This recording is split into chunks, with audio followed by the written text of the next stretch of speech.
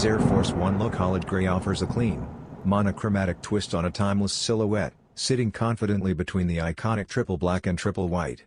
As part of a rumored third essential Uptown colorway, this triple gray option features classic AF1 construction with leather uppers, mesh collars, and rubber soles, unchanged in form. Its muted tone provides versatility, appealing to both collectors and casual wearers.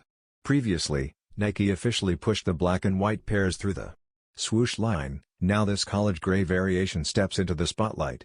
With no bold branding or tweaks, this general release remains minimal and wearable.